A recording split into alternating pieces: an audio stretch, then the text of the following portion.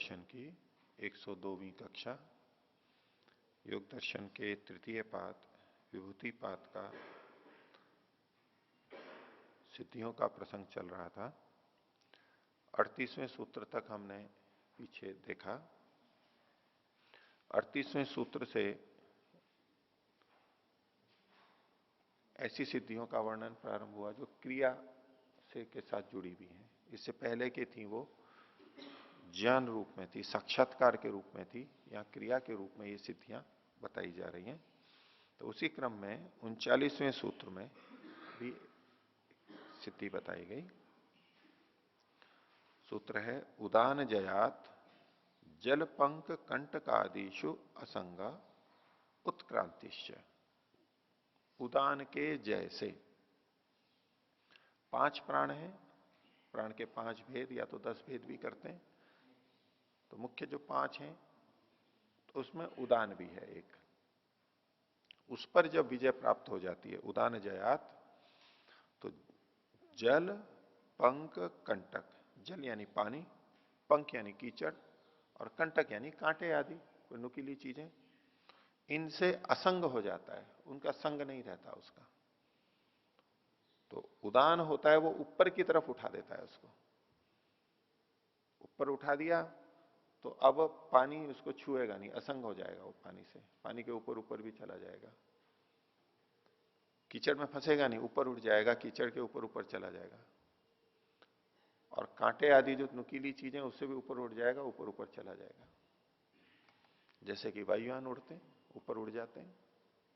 जैसे आजकल कारें भी ऐसी आ रही हैं जो शुरुआत होगी अभी कर रहे हैं कि सड़क पे भी चल सकती है और उड़ करके भी चल सकती है। कुछ ऐसी रचना कर देते हैं उसमें, सड़क पे चलती है तब कार की तरह आ जाती है, वायुयान की है तो उसके खुल जाते हैं, थोड़ा उस तरह से आ जाती है।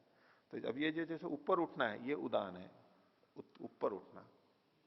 तो ऊपर उड़ जाते हैं तो वो स्पर्श उसका समाप्त हो जाता है। इसी तरह से जो बुलेट ट्रेन चलती हैं वो कई तरह से चलती हैं। उसमें एक तरीका ये है जिसमें कि गाड़ी और नीचे के भाग वो छूते नहीं है एक दूसरे से, ऊपर उठते हुए चलते हैं। वो चुंबक के आधार पे चलता है, मैग्नेट के आधार पे, वो इतना फोर्स रहता है, वो उसको छूती नहीं है। स्टेशन पे आके रुकती है तो मैग्नेट को कम कर दे तो फिर टिक जाती है वहां। लेकिन जब चलने लगती है तो जैसे चुंबक में प्रतिकर्षण होता है, समान ध्रुव होते हैं, तो दूर फेंकेगी ना, तो इतना होता है कि वो ऊपर रहती है लेकिन इधर उधर गिरती भी नहीं है, वो वहीं पर ही बंधी बंधी चलती है। और इतनी तेज गति से जाती है, इतनी 300, 400, 500 किलोमीटर प्रति घंटा, ऐसे कुछ तेज सुना जाता है। तो बुलेट ट्रेन कई तरह की होती है, कुछ छू करके भी चलती है, अलग अलग तरीके उसमें, लेकिन एक ये भी है चुंबक की तरह से। तो गाड़ी चलती है तो ऊपर उठ जाती है वो। अब उसका असंग होता है, नीचे के भाग से छूती नहीं है वो। तो ऐसे कुछ उदान के जैसे उस योगी का जल पंख कंटक आदि जो चीजें हैं उनसे असंग हो जाता है, अस्पर्श होता है, वो ऊपर रह करके चल देता है एक। और दूसरी सिद्धि यहां पर कही उत्क्रांति। उत्क्रांति, उत्क्रांति का मतलब एक शरीर को छोड़ के जब दूसरे शरीर में जाते हैं उस समय शरीर से ऊपर उठते हुए वो शरीर से बाहर निकलता है, उत्क्रांति को करता है। शरीर को जब छोड़ता है योगी तो वो उस विशेष रूप से जहां जाना है उस तरह से वो चला जाता है, उत्क्रांति। ठीक है, तो भाष्य देखिए। समस्त इंद्रिय वृत्ति ही प्राणादि लक्षणा जीवनम। प्राणादि लक्षणा समस्त इंद्रिय वृत्ति जीवनम। तो प्राण आदि के लक्षण वाली, प्राण अपान आदि के अपने अपने लक्षण हैं, अपने अपने कार्य हैं। समस्त इंद्रियों की वृत्ति, इंद्रिय वृत्ति शब्द आया है देखिए। योगश चित्त वृत्ति निरोध है, चित्त की वृत्ति, यहां पर इंद्रिय वृत्ति, इंद्रियों के व्यापार। तो अन्य शरीर में अन्य बहुत सी क्रियाएं होती हैं जिनको हम कर्मेंद्रिय सीधे सीधे नहीं कह सकते। जैसे श्वास ले रहे हैं, छोड़ रहे हैं, भोजन को निगल रहे हैं, कभी उल्टी करनी होती है इत्यादि। तो अब इनको कौन सी इंद्रिय से होने वाला कार्य कहेंगे? हृदय धड़क रहा है, रक्त संचरण हो रहा है, भोजन पच रहा है इत्यादि। तो यहां पंच प्राणों को लिया जाता है जिनसे शरीर की विभिन्न क्रियाएं प्रतिपादित होती हैं, उनके माध्यम से उनको बताया जाता है कि ये इस प्राण के द्वारा हो रहा है। तो प्राण आदि लक्षण वाले समस्त इंद्रियों की जो वृत्ति है उसे जीवन कहते हैं। जीवन तभी चलता है इनके होने पर। तस्य क्रिया पंचतई, उसकी यानी प्राण की 5 प्रकार की क्रियाएं होती हैं। उन 5 प्रकारों की क्रियाओं के आधार पर ही इनके 5 नाम कहे गए हैं। तो उसमें पहला कहा प्राण। तो प्राण कहां गति करता है? तो मुख नासिका गति आहृदय वृत्ति ही।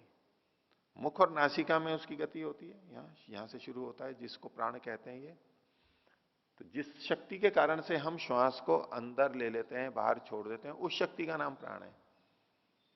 ये जो श्वास अंदर आ रहा है जा रहा है, इसको भी प्राण नाम से कह दिया जाता है, लेकिन जो ये शक्ति है जो इसमें खासतौर से अंदर की तरफ आती है, बाहर निकालने का नहीं, अंदर जिस शक्ति के कारण से हम ले पाते हैं, ये क्रिया हो रही है हमारे शरीर में, उस शक्ति का नाम प्राण है। और वो कहां तक चलती है? आहृदय वृत्ति, हृदय पर्यंत रहती है।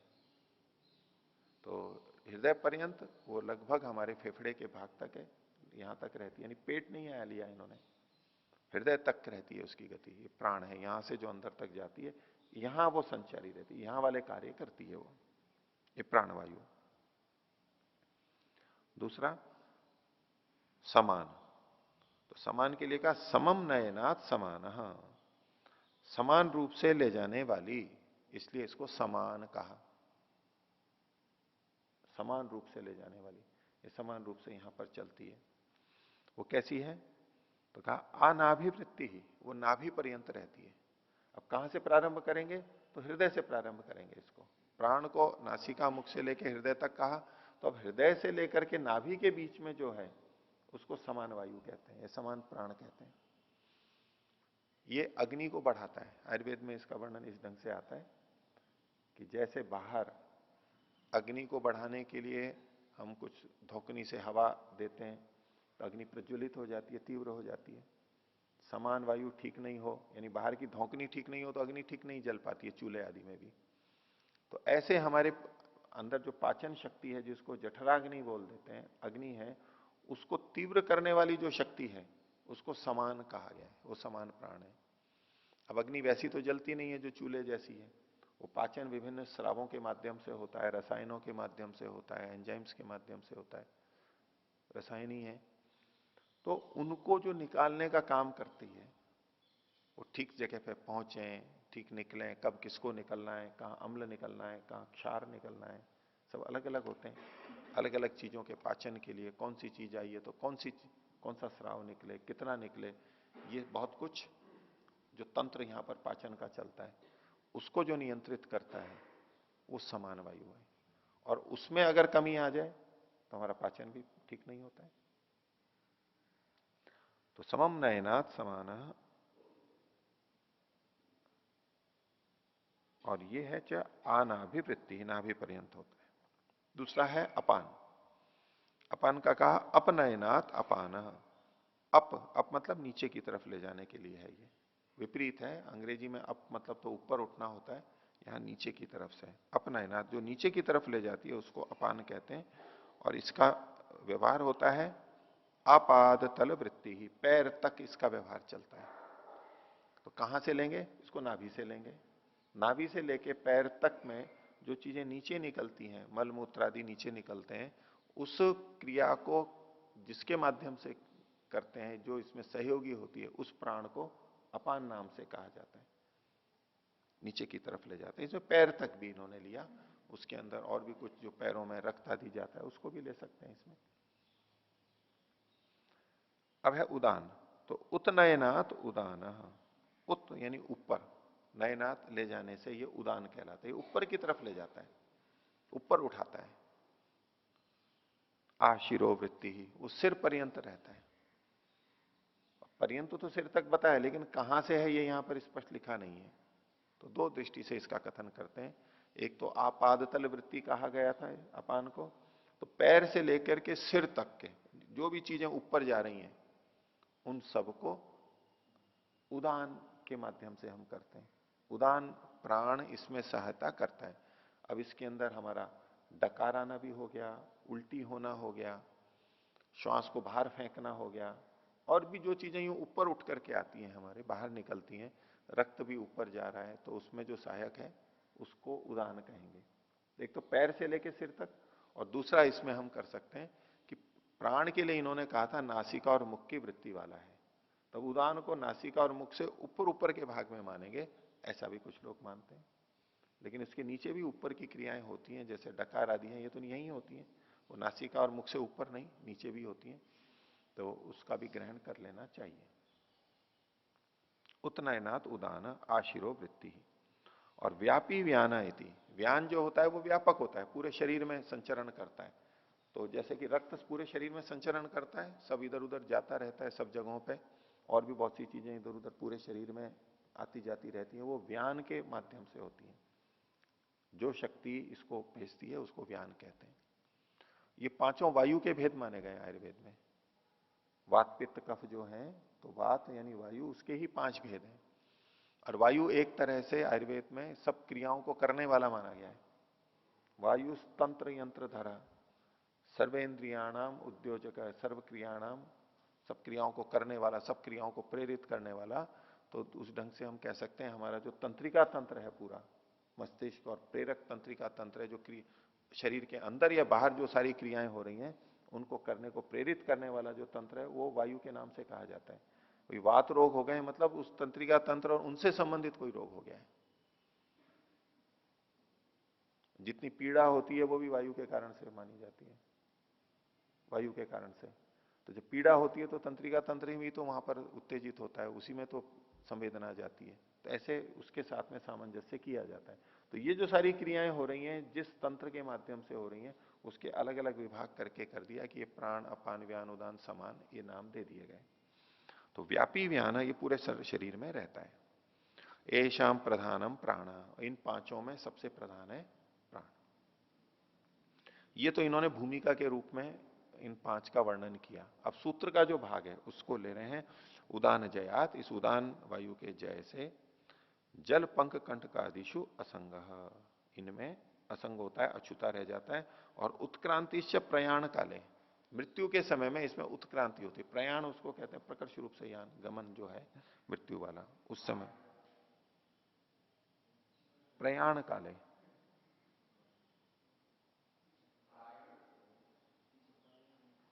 इसमें क्या लिखा हुआ है? प्रायण काले, दोनों दोनों बोल सकते हैं, चलो प्रायण भी कर सकते हैं। ताम वशित्व न प्रतिपद्यते, इसको ये वश के रूप में प्राप्त कर लेता है, उसको वश हो जाता है, तो जब चाहता है तब ऊपर जा सकता है और अछूता रहते हुए निकल सकता है, उसको दिक्कत नहीं आएगी, चला चला जाएगा। अब ये जो मृत्यु के समय में प्राण को छोड़ना है, अपने शरीर को छोड़ना है, आत्मा का जाना है, ये जो ये क्रियाएं हैं, इसमें महर्षि की जीवनी में भी कुछ उस तरह का आता है कि वो आबू के जो तो योगी थे जिनके पास वो सीखने गए, वो प्राणों को ऊपर कैसे निकालते हैं वो सीखने के लिए वहां गए थे आबू में, और उनका काफी प्रशंसा से नाम लेते हैं। उनसे मैंने योग की कई क्रियाएं सीखी। गिरी और पुरी करके जो दो थे साधु थे, कोई योगाभ्यासी साधु थे, उनसे स्वामी जी ने सीखा था। और महर्षि के भाष्य में भी, भाष्य क्या सत्यात प्रकाश में, सत्यात प्रकाश के 13वें समोल्लास में एक छोटी सी पंक्ति आती है कि समाधि चढ़ा के प्राण छोड़ना, समाधि चढ़ा के प्राण छोड़ना। प्राण छोड़ना मतलब मृत्यु का वाला, ये प्राण छोड़ना नहीं, श्वास वाला नहीं है ये।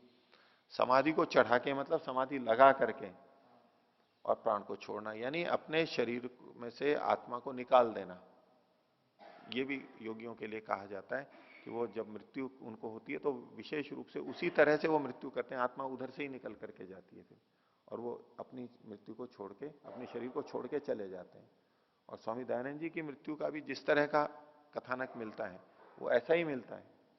वो अपने आप यानी स्वभावतः जैसा जाते हैं वैसा नहीं लग रहा है। उन्होंने सब कुछ पूछा करा और कहा कि अच्छा बस अब अंतिम वक्तव्य दे करके और शरीर छोड़ के चले गए। तो वो समाधि लगा करके और अपने प्राण को, आत्मा को इस शरीर से निकाल दिया। वो इतनी कुछ सामर्थ्य रहती है योगी की।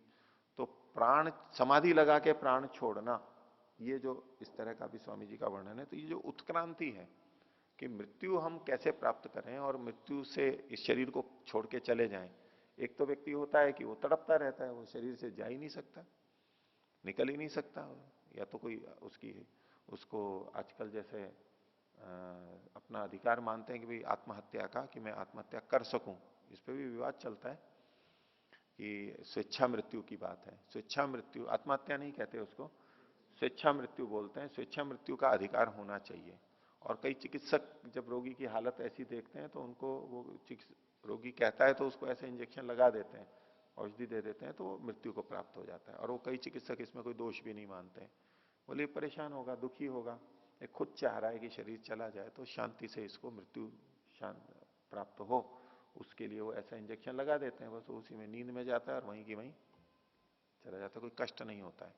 ऐसे कई चिकित्सक जात भी होते हैं और फिर सरकार के नियम के विपरीत होने से उनको दंड भी दिया जाता है। पर वो पक्ष एक विवाद चलता है कि इच्छा मृत्यु का अधिकार होना चाहिए या नहीं। तो योगी भी जब उसे ये लगे कि ये शरीर अब उपयोगी नहीं रहा, साधना के लिए उपयोगी नहीं रहा, तो वो इसको छोड़ करके कभी चला जाता है। कुछ उस तरह के संकेत ये हैं कि वो छोड़ के चला जाएगा, तो छोड़ के चला जाए। आप और हम तो ऐसे नहीं मर सकते, हम तो आत्महत्या करेंगे अगर मरेंगे तो, कुछ भी करेंगे। लेकिन योगी बिना उसके भी शरीर छोड़ करके जा सकता है। ये एक शक्ति सामर्थ्य है, उसका ये संकेत हम ले सकते हैं कि उदान का जय कर लेता है वो, और उससे उत्क्रांति, शरीर को छोड़ करके वो जब चाहे तब चला जाता है। तो ताम वशित्वेन प्रतिपद्यते, वो अपने वश के रूप में रख लेता है कि अब मेरे को छोड़ना है तो छोड़ के चला जाएगा। आगे ईश्वर की न्याय व्यवस्था से जैसा भी जन्म मिलेगा, अभी ये इस तरह से छोड़ करके चला जाता है।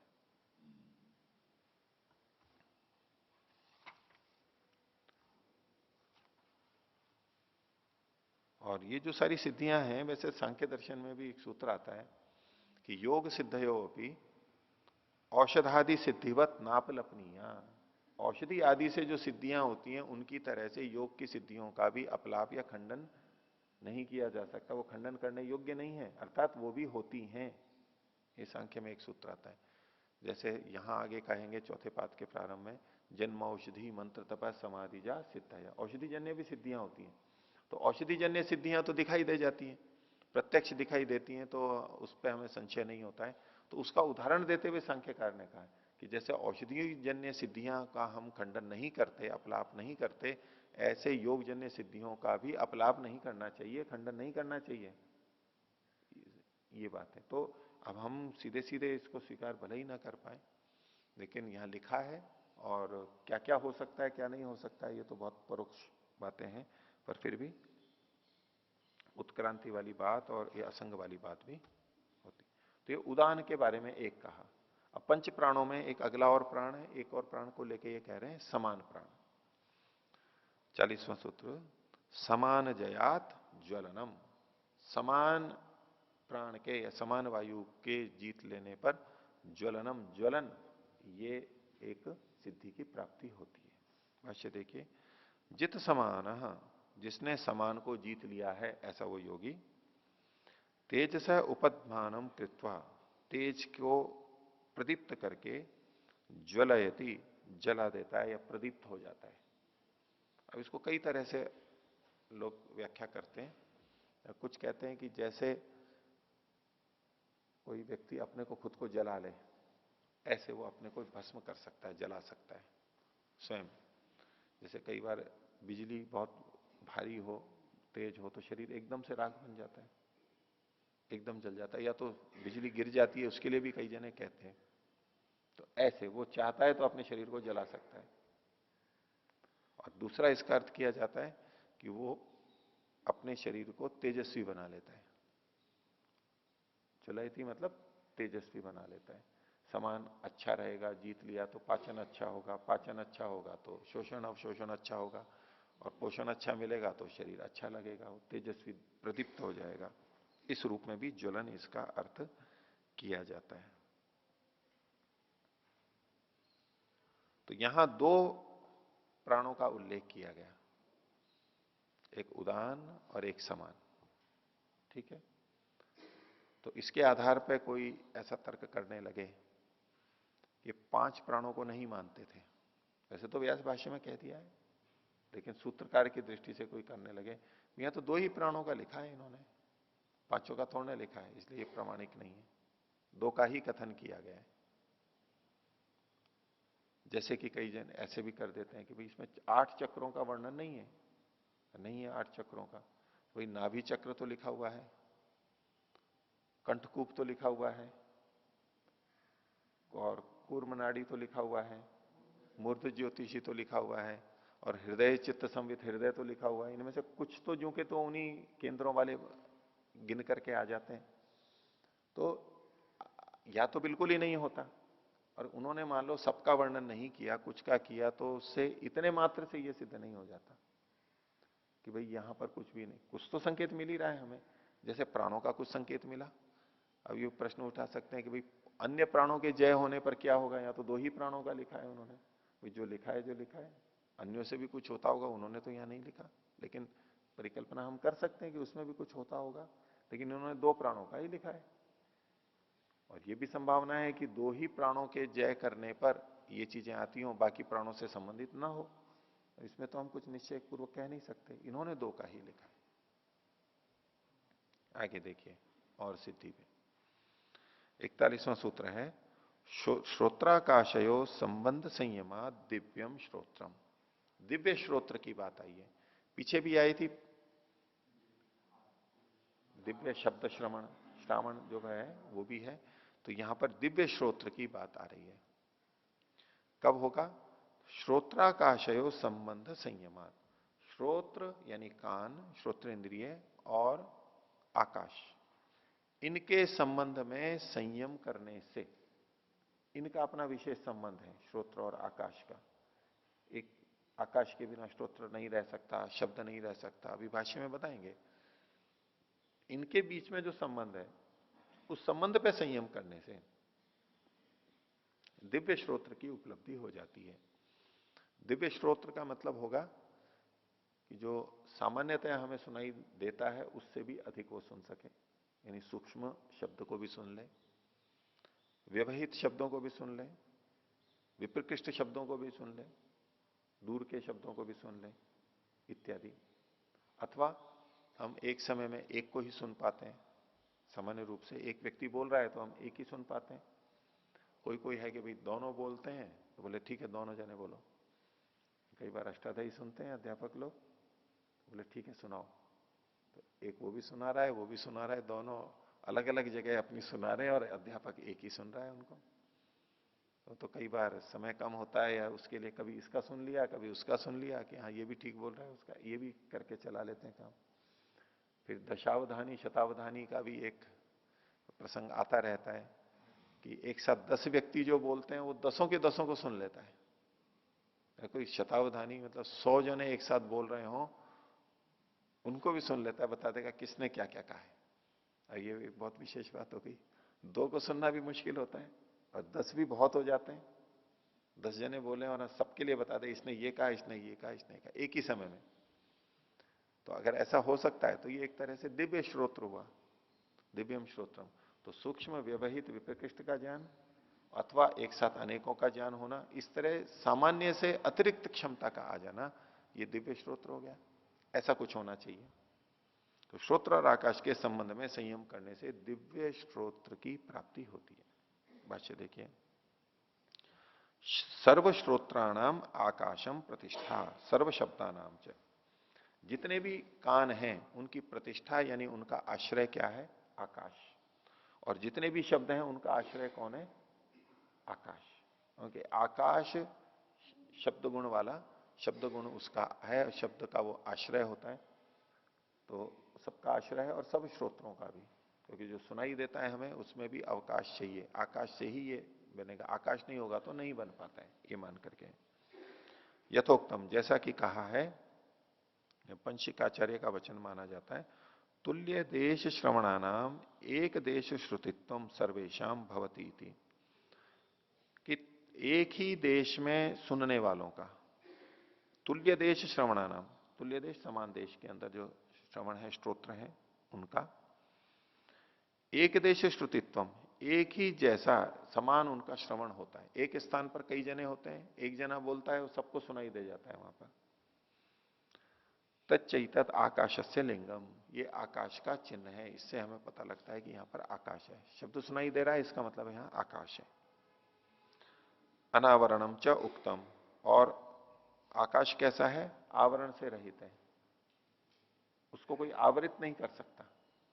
वो खुद किसी को आवृत नहीं करता है, आवरण नहीं देता, और उसको कोई आवृत नहीं कर सकता है। इन दोनों ढंगों से इसको लेते हैं। अनावरणम च उक्तम तथा अमूर्तस्य अनावरण दर्शनात् विभुत्वम अपि, और ये आकाश अमूर्त होता है और उसका आवरण नहीं देखा जाता, उसकी कोई सीमा नहीं देखी जाती, इसलिए विभुत्वम अपि, उसका विभुत्व भी स्वीकार किया जाता है, यानी सर्वव्यापक माना जाता है। ये ईश्वर की तुलना में नहीं होगा, लेकिन वैसे विभु व्यापक माना जाएगा। तो विभुत्वम अपि प्रख्यातम आकाशस्य, आकाश का विभुत्व भी प्रसिद्ध है। आगे, शब्द ग्रहणानुमितम श्रोत्रम, श्रोत्र का पता कैसे लगता है? शब्द के ग्रहण से जो अनुमित होता है, जाना जाता है, उसे श्रोत्र कहते हैं। कि यहां श्रोत्र, इसको श्रोत्र है या नहीं है, इसका कान ठीक काम कर रहा है या नहीं कर रहा है, तो वो कैसे पता लगता है हमारे को? कि हमने जो शब्द बोला उसको अगर पता देख लेता है, जान लेता है, बता देता है, तो हमें अनुमान हो जाता है कि इसका कान ठीक काम कर रहा है। तो शब्द के ग्रहण से श्रोत्र का अनुमान हो जाता है। कैसे? उसको और बोल रहे हैं, बधिरा बधिरयो एक शब्दम गृहणाति अपरो न गृहणाति इति। बहरे और न बहरे में से बहरा है वो तो शब्द को ग्रहण नहीं करता है, और अबधिर है जो, वो शब्द को ग्रहण कर लेता है। इससे पता लगता है कि श्रोत्र के द्वारा शब्द का ग्रहण होता है। तस्मात् श्रोत्रम एव शब्द विषयम, श्रोत्र ही एक इंद्रिय है जो शब्द विषय वाली है, शब्द का विषय उसी का ही है। तो उसी, अब इतना वर्णन करके सूत्र की बात को कह रहे हैं। श्रोत्राकाशयो संबंधे कृत संयम से योगिना, श्रोत्र और आकाश का जो परस्पर संबंध है उसमें संयम करने वाले योगी को दिव्यम श्रोत्रम प्रवर्तते, दिव्य श्रोत प्रवृत्त हो जाता है, दिव्य श्रोत आ जाता है, विशेष शक्तियां कान से संबंधित उसको उत्पन्न हो जाती है। अब यहां पर श्रोत्र का कहा गया केवल एक इंद्रिय का, बाकी इंद्रियों का नहीं कहा गया। बाकी का भी तो कह सकते थे, दिव्य नेत्र, दिव्य गंध, दिव्य नासिका, दिव्य रसना, दिव्य त्वचा। तो टीकाकार कहते हैं कि इसको भी समझ लेना चाहिए, इसको भी मान लेना चाहिए। तो वायु और त्वचा, त्वचा को, त्वचा में वायु का स्थान विशेष आयुर्वेद में भी माना गया है, इसलिए वात शामक तेल का प्रयोग त्वचा में किया जाता है, मालिश तेल से करते हैं। तो त्वचा और स्पर्श, इनके संबंध में संयम करने से, नहीं, त्वचा और वायु, त्वचा और वायु इनके संबंध में संयम करने से दिव्य श्रोत्र हो जाएगा, दिव्य स्पर्श हो जाएगा, दिव्य त्वक हो जाएगी। इसी तरह से बाकी चीजों में भी लगा लेंगे कि तेज जो है वो नेत्र से संबंधित माना जाता है, उसको तेजस मानते हैं नेत्र को। तो अग्नि और नेत्र, इनके संबंध में संयम करने से दिव्य नेत्र की प्राप्ति हो जाएगी। सूर्य में नहीं, अग्नि, अग्नि भी सूर्य का प्रतीक ही है, उसी का ही रूप है, एक तरह से छोटा सा रूप है उसका। रसना का, तो जिह्वा और जल, इनके संबंध में संयम करने से दिव्य रसना प्राप्ति हो जाती है। और ऐसे ही गंध का है, पृथ्वी और नासिका यानी घ्राणेन्द्रिय, इनके संबंध में संयम करने से दिव्य घ्राणेन्द्रिय की प्राप्ति हो जाती है। इस तरह से भी इसको समझ सकते हैं। यहां तो एक ही का लिखा है। आगे 42वां सूत्र, कायाकाशयो संबंध संयमात लघुतूल समापत्तेश्च आकाश गमनम, सिद्धि है आकाश गमन की, आकाश में उड़ करके चले जाना। पीछे जो उदान जैसे कहा था वो उत्क्रांति केवल कही गई थी, थोड़ा सा ऊपर उठा था। अब एक तरह से कह सकते हैं उसको आकाश गमन भी कि ऊपर उठ गया, लेकिन ऐसे नहीं। ये आकाश गमन तो ऊपर अच्छी तरह से जो जाते हैं ना, ऐसे आकाश गमन है ऊपर की तरफ, ऐसा आकाश गमन होगा। कैसे? बोले काया काशयो संबंध संयमात, काया कहते हैं शरीर को, काय और आकाश, तो आकाश ही महाभूत जो है, इन दोनों के संबंध में संयम करने से, और लघु तूल समापत्तेश्च, लघु मतलब हल्की छोटी, तूल मतलब तो रुई के रेशे जो होते हैं, तूलिका बोलते हैं, रुई के जो पत्ते पतले रेशे होते हैं उनमें समापत्ति करने से, समापत्ति का वही मतलब है तत्तदंजनता, उसी पे एकाग्र हो जाना। दूसरे ढंग से हम कह दें कि समाधि कर लेना वहां पर, या धारणा ध्यान समाधि संयम कर लेना, उसकी समापत्ति से आकाश गमनम, आकाश में गमन हो जाता है। यानी आकाश गमन के लिए दो उपाय बताए यहां पर, दो तरह से। एक तो है काय और आकाश में संयम करने से, संबंध में संयम करने से, और दूसरा लघु तूल की समापत्ति करने से। ये विकल्प है, दोनों साथ साथ, समुच्चय नहीं है कि दोनों होंगे तभी होगा, या तो वो या वो, किसी से भी करेंगे तो आकाश गमन की प्राप्ति होगी। भाष्य, यत्र कायस तत्र आकाशम, जहां शरीर है वहां पर आकाश भी होता है। तस्य अवकाश दानात कायस्य तेन संबंध, और आकाश अवकाश देता है, हमें स्थान देता है, तो उसका शरीर के साथ में संबंध होता ही है। तेन संबंध प्राप्ति ही, संबंध को ही खोला इन्होंने, प्राप्ति होती है, संयोग होता है। अल्प विराम, तत्र कृत संयम, जो जिसने वहां पर संयम किया है, कर लिया है ऐसा, और जित्वा तत्संबंधम, उस संबंध को उसने जीत भी लिया है, उसका लघुषु तुलादिशु अपरमाणुभ्य समापत्तिम लब्ध्वा, वो लघु में छोटी छोटी चीजों में, वो कौन सी हैं, तो उदाहरण दे रहे हैं, तुलादिशु, रुई के जो छोटे छोटे रेशे होते हैं वहां से लेकर के अपरमाणुभ्य, परमाणु पर्यंत, परमाणु छोटे छोटे होते हैं उन तक, समापत्तिम लब्ध्वा, समापत्ति को प्राप्त करके, जित संबंधो लघुर भवती, उनके संबंध को जान करके, जिसके संबंध को जीत लेने के बाद में वो लघु हो जाता है, हल्का हो जाता है। और हल्की चीज तो आकाश में उड़ी जाती है। अब उस पर वो नियम काम नहीं करते गुरुत्वाकर्षण के, भारीपन तो रहेगा नहीं, हल्का होगा तो उड़ जाएगा।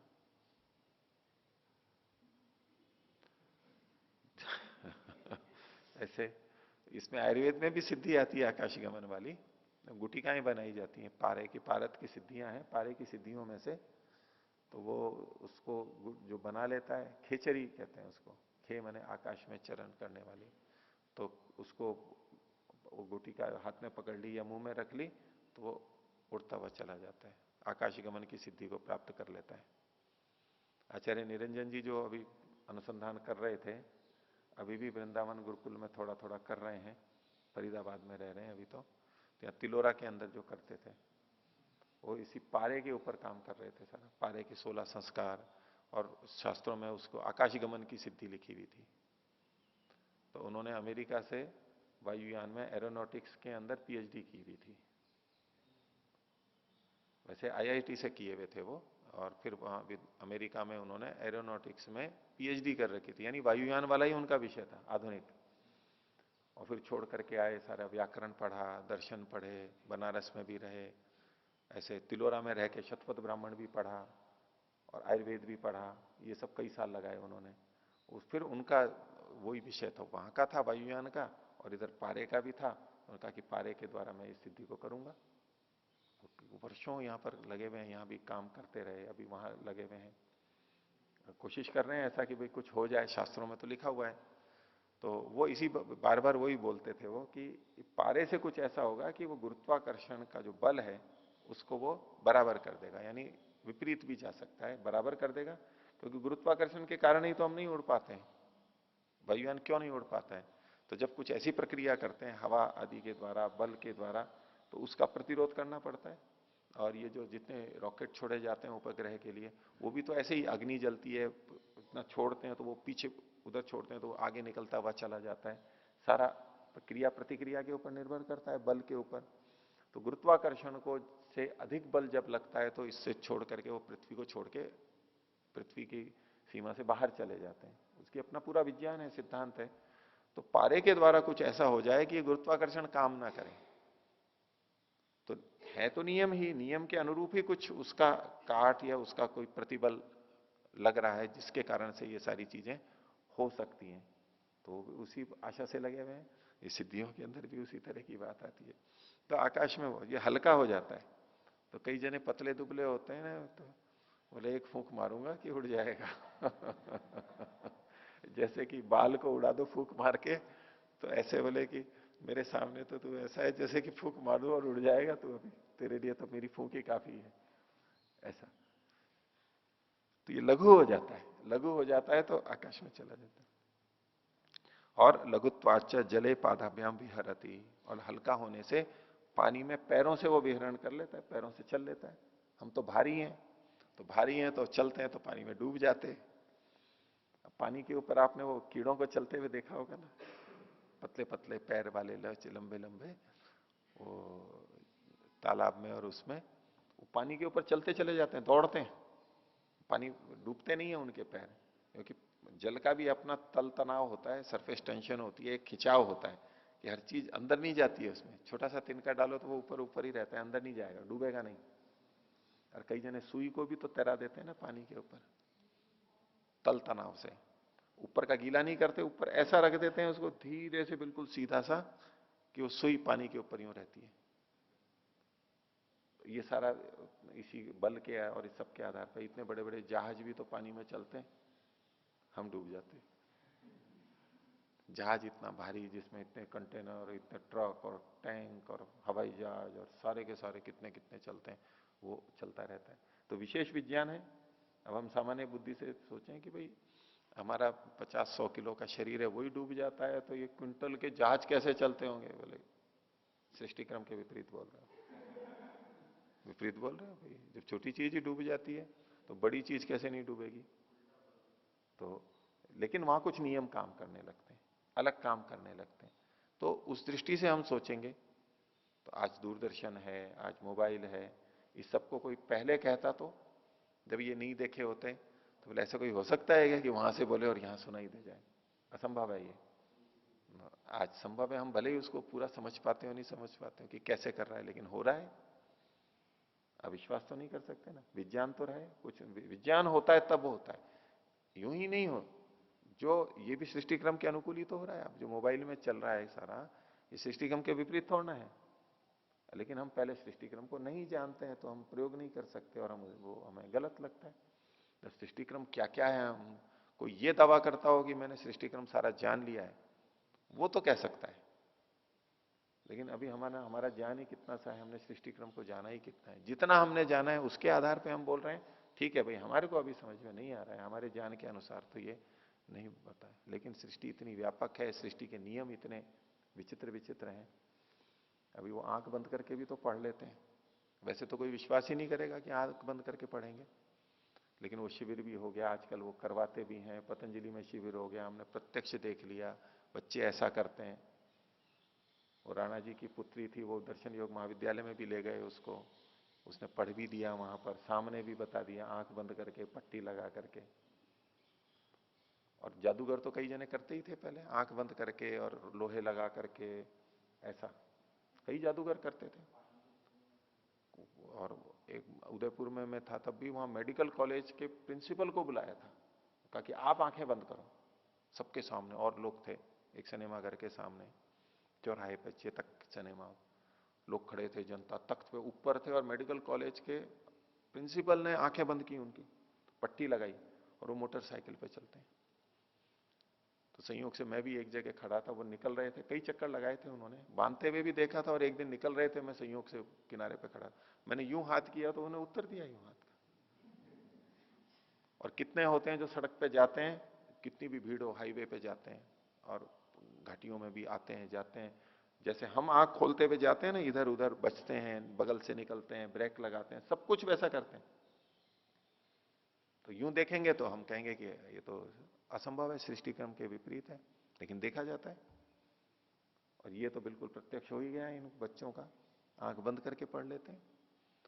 तो अंदर ऐसी ग्रंथि है जो तीसरा नेत्र है, उससे भी देखा जा सकता है। हम अभी इन दो से देख रहे हैं, अब यूं आश्चर्य करने लगे जिसके दो आंखें भी नहीं हो, और वो कहे कि भाई हम तो सब देख लेते हैं, रंग रूप और ये सब चीजें हम देखते हैं, तो आश्चर्यजनक नहीं है कि हम ये देख लेते हैं इन आंखों से? आश्चर्य नहीं है क्या ये? वो स्वीकार करेगा जिसके नेत्र नहीं है कि भाई कैसे देख लेते हो आप, मेरे को तो अंधेरा ही अंधेरा दिखता है, आप कैसे देख लेते हो? उसको विश्वास नहीं होगा।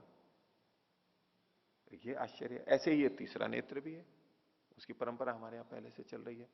तो ये तो प्रत्यक्ष हो रहे हैं। तो हम पूरा नहीं जानते, इसलिए हम कई बार ऐसा बोल देते हैं भाई, लेकिन थोड़ा उसमें अवकाश रखते हुए बोले तो ठीक है, क्या पता क्या होता हो, अभी के हिसाब से ठीक नहीं लग रहा है, इतना कथन ठीक है। लेकिन हम हमेशा के लिए बोल दें तो सर्वज्ञ ही बोल सकता है, नहीं तो बहुत कठिन है इन चीजों के बारे में बोलना, कैसे कैसे क्या अद्भुत चीजें हो जाती हैं। तो ये जल के ऊपर चल देता है और क्या करता है, ततस्तूर्ण नाभि तंतु मात्रे विहृत्य रश्मिषु विहरती। तो तूर्ण नाभि मतलब कहते हैं मकड़ी को, पूर्ण नाभि मतलब ऊन के जैसा वो रेशे होते हैं, वो उसकी नाभि में होते हैं, यानी वो निकालती रहती है, मुख से निकालती है, छोड़ती रहती है, जहां से भी निकालती है। उसके तंतु मात्र में भी विहरण करके, यानी मकड़ी का जाला हो उस पर भी वो चल सकता है। जैसे हम रस्सी पे चल लेते हैं, कोई जो भी चलते हैं रस्सी का आधार बना करके, ऐसे मकड़ी का जो एक तार होता है ना, उस पर भी जा सकता है। मकड़ी तो चली लेती है ना उस पर, ये भी चल लेता है, इतना हल्का हो जाता है कि मकड़ी का जाला भी।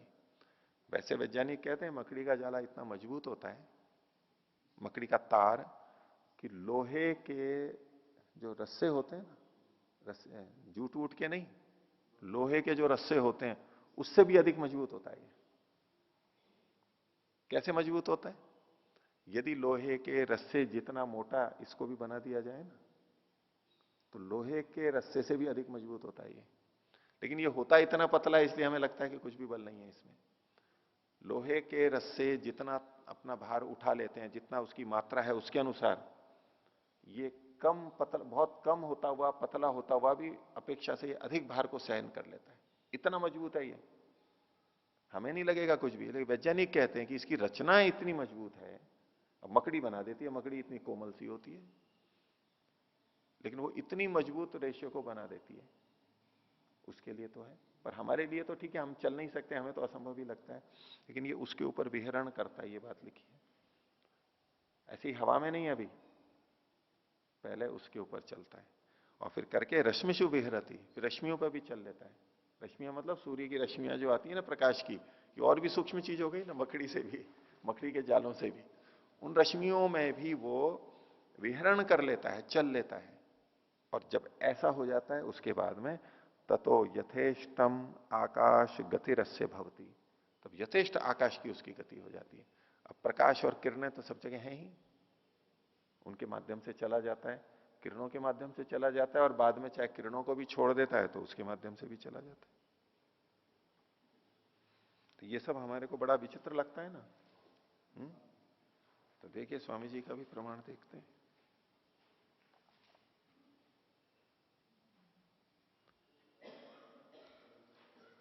यजुर्वेद के 35वें अध्याय का दूसरा और तीसरा मंत्र।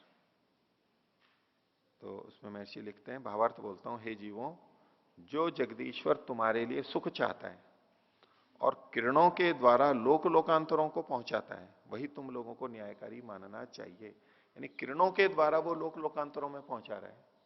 तो एक लोक लोकांतर इधर, या आकाश गमन इधर उधर जाना, किरणों के माध्यम से पहुंचा रहा है, ये कथन आया। और उधर 39वें अध्याय में भी जो 12 दिन जाता है, कभी यहां यहां यहां, तो उसमें भी गति है, सूर्य और ये सब तो जाता तो है, आत्मा जाता है कैसे, ये किरणों के द्वारा। और इसमें देखो तीसरे मंत्र में फिर क्या लिखते हैं महर्षि, जब जीव शरीरों को छोड़ के विद्युत, सूर्य के प्रकाश और वायु आदि को प्राप्त होकर जाते हैं, ये वही वो 12 चीजें हैं, उनमें से कुछ का संकेत किया है, और गर्भ में प्रवेश करते हैं, तब किरण उनको छोड़ देती है, किरण इनको लेके जाती है और फिर उनको किरण छोड़ देती है, आत्मा की ताकत से नहीं। किरण जड़ है चेतन है, जड़ है लेकिन जाती है। अभी किरण के माध्यम से कहें, मन के माध्यम से कहें, आत्मा तो निष्क्रिय है, किरण के माध्यम से जाती है, और जब वो गर्भ में प्रवेश करते हैं तो किरण उनको छोड़ देती है। इन भाष्य को कैसे झुटलाएंगे हम। तो गमन ऐसे, कोई आत्मा जा रही है, आत्मा के साथ सूक्ष्म शरीर भी है उसका, और उसमें किरण कुछ सहायता कर रही है। अब ये क्या विज्ञान है, ये हमें पता नहीं है, लेकिन संकेत तो मिल रहे हैं। तो ऐसे ही यहां पर कहा, विहृत्य रश्मिषु तंतु मात्रे विहृत्य रश्मिषु विहरती।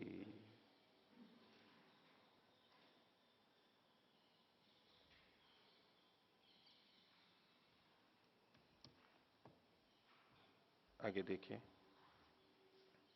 43वां सूत्र।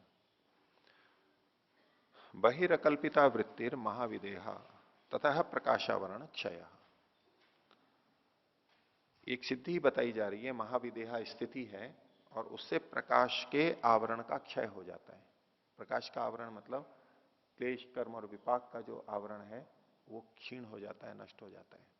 तो कैसे? तो सूत्र में कहा पहले बहिर अकल्पिता वृत्ति, एक बाहर एक वृत्ति है अकल्पित वृत्ति, कल्पित नहीं है, वास्तविक है ऐसी वृत्ति, उसको कहते हैं महाविदेहा। महाविदेह उसको नाम दिया और उसके प्राप्त होने पर तथा प्रकाशावरण क्षय, ये एक प्राप्ति हो जाती है सिद्धि।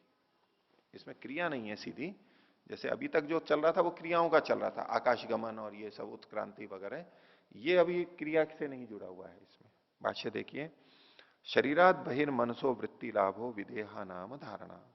शरीर के बाहर मन का वृत्ति लाभ, वृत्ति के रूप में उसका वहां पहुंचना विदेहा नाम की धारणा है। विदेह नाम की धारणा है ये। धारणा मतलब यहां पर धारणा ध्यान समाधि, धारणा आदि को ले लेंगे और धारणा का मतलब संयम ले लेंगे। यहां पर संकेत के रूप में आ गया। मन शरीर के अंदर ही है, लिखा ना शरीरात बहिर मनसो वृत्ति लाभ।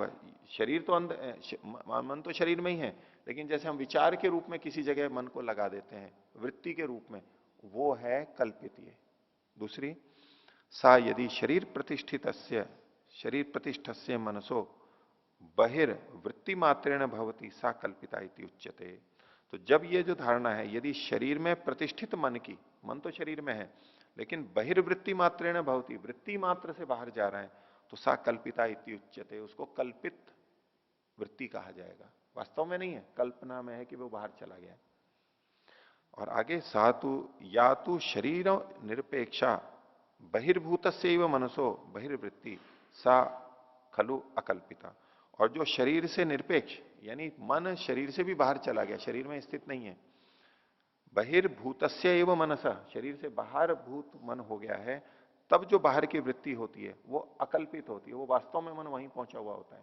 एक मन शरीर में रहते हुए वहां टिका हुआ है, ये तो कल्पित हुआ, कल्पना में वहां पर गया हुआ है। और एक मन ही सीधा वहां पर पहुंच गया, ये है अकल्पित, जो कि सूत्र में कहा गया। तत्र कल्पितया साधयंती अकल्पिता महाविदेहामिति। कल्पित वृत्ति के द्वारा अकल्पित को भी सिद्ध करते हैं। अर्थात पहले तो यही प्रयास होगा, मन अंदर ही है लेकिन मन को वहां पर लगाते हैं, टिकाते हैं उस वस्तु पर, उसके बारे में सोचते हैं, उसी के बारे में सोचते रहते हैं। इसका अभ्यास करते करते करते अकल्पित वृत्ति भी हो जाती है, यानी मन वास्तव में भी वहां बाहर, जहां चाहो वहां बाहर जा सकता है। ये अकल्पित वृत्ति है, जिसको कि महाविदेहा नाम से कहा। यया पर शरीराणी आविशंति योगी न, जिससे कि योगी लोग दूसरे के शरीर में प्रवेश कर जाते हैं। जो पीछे भी आया है वो पर शरीर आवेश जो बात है, तो चित्त को दूसरे शरीर में पहुंचा देते हैं वहां, ये भी वो वृत्ति है। ततश्च धारणातः प्रकाशात्मनो बुद्धि सत्वस्य यद आवरणम। तो इस धारणा से, यानी इस संयम से, प्रकाश स्वरूप जो बुद्धि सत्व है, यानी मन है, चित्त है, उसका यद आवरणम, जो आवरण है, वो आवरण क्या है? क्लेश कर्म विपाक त्रयम, जो तीन समूह बताए, क्लेश कर्म और विपाक। इसको यूं भी व्याख्या करते हैं कि क्लेश और कर्म का जो विपाक होता है उसका, और वो विपाक तीन तरह का होता है जाति आयु भोग के रूप में। तो विपाक क्षीण हो जाता है, और कुछ लोग क्लेश कर्म और विपाक तीनों को अलग अलग लेते हैं। कैसा है ये? रजस्तमो मूलम, जिसका मूल रज और तम है, रजोगुण और तमोगुण जिसके मूल में है, ऐसा ये जो आवरण है, तस्य च क्षयो भवति, उसका क्षय हो जाता है। ये प्रकाशावरण क्षय है। समाधि से जो आवरण का क्षय होता है, पीछे भी आ चुका है ये बात, प्रकाश के आवरण का क्षय हो जाता है, यानी क्लेश कर्म और विपाक क्षीण हो जाते हैं, कमजोर पड़ जाते हैं इस समाधि से। ये अकल्पित जो वृत्ति कही गई इन्होंने, उससे वो क्षीण हो जाते हैं। और एक वो मनुस्मृति का भी आता है, धारणा विश्च किल विषम, धारणा से किलविष को, पाप को नष्ट करे। प्राणायामय दहित दोषान धारणा विश्च किल विषम प्रत्याहारेण तो संसर्गान ध्यानेन अनीश्वरान गुणान। उसमें तो धारणा विश्च किल विषम, या धारणा शब्द आया है, हालांकि इसको हम धारणा ध्यान समाधि तीनों के संयम के रूप में भी ले सकते हैं, नहीं तो केवल धारणा के रूप में भी ले लें कि मन तो अभी अंदर ही टिका हुआ है, लेकिन हमने वृत्ति के रूप में उसको वहां टिका दिया है। उस स्थान पर, उस व्यक्ति पर, उस वस्तु पर मन को यहां से टिका दिया और अभ्यास कर रहे हैं, वहीं टिका के रखा है, एक ही जगह पे। ये धारणा कर ली हमने, देश बंद किसी स्थान विशेष पे टिका दिया। ये तो कल्पित वृत्ति है। मन यही है, लगे ऐसा रहे जैसे मैंने मन को वहां पहुंचा दिया, इसलिए ये कल्पित है। और इसी का अभ्यास करते करते मन वहां भी पहुंच जाएगा, इसको अकल्पित वृत्ति कहा। ये महाविदेहा नाम है, और इससे प्रकाशावरण क्षय होता है। क्लेश, कर्म और विपाक, इन तीन का क्षय हो जाता है। ये समाधि और इस स्थिति से विशेष लाभ होता है, उसके बंधन शिथिल होते हैं। पीछे हमने देखा था, बंध कारण शैथिल्यात प्रचार संवेदनाच पर शरीरावेश। तो बंध कारण की शिथिलता हुई थी। बंध कारण कौन था? वही कर्माशय माना गया था। और यहां किस तरह से कहा गया है कि यहां इसके प्राप्त होने पर वो पर शरीर में प्रवेश कर जाता है और इससे प्रकाशावरण क्षय हो रहा है, यानी कर्म का क्षय हो रहा है। उसमें पहले कर्म का क्षय होकर के वो बाहर जा सकता था, ढीला हो रहा था। यहां इसको प्राप्त करने के बाद में भी कर्माशय की क्षीणता स्वीकार की गई है। क्लेश की भी, विपाक की भी, तीनों की गई है। आगे देखिए, अब एक और सिद्धि बता रहे हैं, भूत जय, भूतों पर विजय को प्राप्त करना। भूत का मतलब है जो पंचभूत प्रसिद्ध हैं वैदिक दर्शनों में, आर्षिक ग्रंथों के अंदर, उनके लिए कहा गया है। भूतों पर जय हो जाती है, कैसे होती है? तो सूत्र कहा, स्थूल स्वरूप सूक्ष्म अन्वय अर्थवत्व संयमात भूत जय। संयम से भूत जय होगा। संयम 5 जगह पे करने को कहा इन्होंने। पहला है स्थूल, दूसरा है स्वरूप, तीसरा है सूक्ष्म, चौथा है अन्वय, और 5वां है अर्थवत्व। इन 5 पर संयम करने से, एक एक करके, ये पांचों की व्याख्या आगे भाष्य में बताएंगे, ये क्या क्या चीजें कहना चाह रहे हैं। इनमें संयम करने से भूत जय, भूतों पर विजय की प्राप्ति होती है, भूतों को वो अपने वश में कर लेता है। भूत उसकी इच्छा के अनुरूप चलते हैं, फिर वो जैसी इच्छा करता है, ये पंचमहाभूत उसकी तरह से काम करने लग जाते हैं, ऐसा इसमें उल्लेख किया गया। तो स्थूल को पहले बता रहे हैं ये। तो तत्र पार्थिवाद्या शब्दादयो विशेषा सह आकारादिभिर धर्मई स्थूल शब्देन परिभाषिता। पार्थिव आदि जो पदार्थ हैं वो स्थूल शब्द से कहे गए हैं। कैसे? शब्दादयो विशेषा, जिनके शब्द आदि विशेष होते हैं, विशेष गुण वाले होते हैं, और आकार आदि धर्मों से युक्त हैं, जो आकार प्रकार इत्यादि जो इनके होते हैं अपने, जो भूतों का जो स्थूल रूप है उसको यहां पर स्थूल शब्द से कहा गया है। एतद भूतानाम प्रथमम रूपम, भूतों का ये प्रथम रूप है, सबसे पहला, जहां पर ये संयम करेगा। द्वितीयम रूपम स्वसामान्यम मूर्तिर्भूमि स्नेहो जलम वन्नी उष्णता वायु प्रणामी सर्वगतो सर्वगतिराकाश इत्येतत् स्वरूप शब्देन उच्यते। सूत्र में जो दूसरा कहा गया था स्वरूप, उसको बता रहे हैं। द्वितीयम रूपम स्वसामान्यम, अपना अपना जो इनका सामान्य है, क्या? तो एक एक महाभूत का अलग अलग बताया। मूर्तिर भूमि, भूमि के लिए मूर्ति, मूर्ति मतलब स्थूल रूप। स्नेहो जलम, जल का स्नेह यानी चिकनापन, गीलापन। वन्य उष्णता, अग्नि का है गर्मी, ताप। वायु प्रणामी, वायु का मतलब प्रणामी मतलब बहना, बहनापन, वायु बहती रहती है। और सर्वतो गतिर आकाश, सर्वत्र प्राप्त जो आकाश है, सब जगह विद्यमान जो आकाश है। इत्येतत् स्वरूप शब्द न उच्यते, ये स्वरूप शब्द से कहे गए। तो स्थूल इनका रूप हो गया स्थूल, और ये स्वरूप हो गया इनका। आगे, अस्य सामान्य से शब्दादयो विशेषा, इसके, इस सामान्य के शब्द आदि विशेष हैं। इन भूतों के जो कुछ सामान्य जो है ये, इनमें शब्द आदि जो शब्द स्पर्श सुप्रसगंध है, ये इनके विशेष कहलाते हैं। तथा चौक्तम, जैसा कि कहा है, एक जाति समन्विता नाम एशाम धर्म मात्र व्यावृत्ति रीति। एक जाति समन्वितों में इनके, एक जाति का मतलब है यहां पर भूतत्व जाति, ये सारे के सारे भूत हैं, यानी भूत हैं, इस रूप में ये एक जाति वाले हैं। तो एक जाति में समन्वित इन प्राण भूतों की धर्म मात्र व्यावृत्ति रीति, धर्म मात्र से ही इनकी व्यावृत्ति होती है, भिन्नता होती है, धर्मों से ही इनका भेद पता लगता है। आगे, सामान्य विशेष समुदायो अत्र द्रव्यम, द्रव्य किसे कहते हैं? जो सामान्य और विशेष धर्मों का समुदाय होता है, सामान्य धर्म भी हो और विशेष धर्म भी हो, उसको द्रव्य कहते हैं। यानी किसी भी द्रव्य में ये दोनों चीजें मिलेंगी, सामान्य धर्म भी मिलेंगे और विशेष धर्म भी मिलेंगे। दुष्टो ही समूह, ये जो समुदाय इन्होंने कहा सामान्य विशेष का समुदाय, तो ये जो समूह होता है ये दो प्रकार का होता है। दुष्टो ही समूह प्रत्यस्तमित भेदावयव अनुगत शरीरम वृक्षो यूथम वनम इति। प्रत्यस्तमित भेदावयव अनुगत, प्रत्यस्त कहते हैं छुपा हुआ, जैसे सूर्य अस्त हो जाता है दिखाई नहीं देता है, तो प्रत्यस्तमित छुपे हुए भेदों के अवयव वाला, अवयव तो है उसमें, उनकी भिन्नता भी है, लेकिन वो भेद छुपे हुए रहते हैं जिसमें, उसके अनुगत जो होता है, जैसे कि शरीर। अब शरीर कोशिकाओं से बना है, वैसे तो हम पता लगाते हैं, लेकिन स्थूल रूप से हम जब देखते हैं तो क्या कोशिकाओं का भेद थोड़ा ना हमें पता लगता है, हमें तो पूरा एक इकाई रूप में दिखाई देता है। इसी तरह से वृक्ष है, और इसी तरह से झुंड मतलब यूथ मतलब कोई झुंड है, वनम इति। दो तरह से इसका क्या है, एक तो शरीर और वृक्ष ये एक अलग तरह से हुआ, और यूथ मतलब कोई झुंड है, और वनम मतलब तो जंगल है।